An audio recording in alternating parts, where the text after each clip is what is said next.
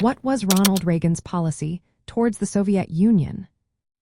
Have you ever wondered how Ronald Reagan's approach to the Soviet Union shaped the course of history during the Cold War? Let's break it down. Ronald Reagan viewed communism as an immoral and destructive ideology. He believed that the Soviet Union aimed for global domination and was the main enemy of the United States during that tense period. Reagan rejected the Détente policy that previous administrations had followed. He felt that this approach allowed the Soviet Union to gain advantages over the United States. For instance, he criticized the strategic arms limitation Talks to Nuclear Treaty, arguing that it placed more restrictions on the United States than on the Soviet Union. Reagan was convinced that the Soviet economy was weaker than many thought, and he saw the Soviet Union as vulnerable despite its military strength. At the heart of Reagan's strategy was a significant military buildup. He increased defense spending to levels never seen before in peacetime. This was aimed at surpassing the Soviet Union in the arms race. Some historians argue that this pressure contributed to internal issues within the Soviet system, which eventually led to reforms and a weakening of hardline Soviet leadership.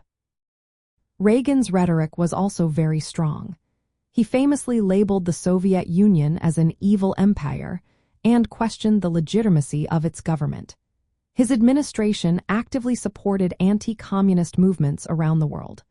For example, he backed the Afghan Mujahideen who were fighting against the Soviet invasion. He also supported anti-Marxist forces in Central America, particularly in El Salvador and Nicaragua, viewing these conflicts as part of a larger battle against Soviet influence. Reagan's policy also involved calling out Soviet actions that he viewed as aggressive. This included the Soviet crackdown on Poland's Solidarity movement and the shooting down of a Korean airliner by Soviet forces. These events reinforced his perception of the Soviet Union as a repressive regime.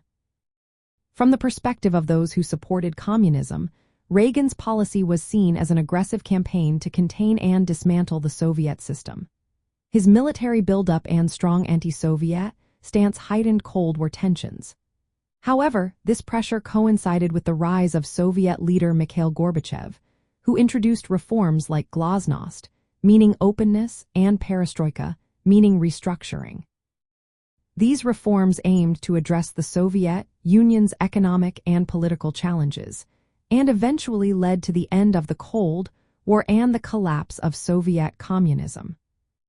In summary, Reagan's policy towards the Soviet Union was marked by a strong opposition to communism, a rejection of détente, a massive military buildup, and support for anti-communist movements globally. His harsh rhetoric and strategic pressure contributed to conditions that led to significant changes in the Soviet Union under Gorbachev. This marked a decisive phase in the Cold War struggle between capitalism and communism.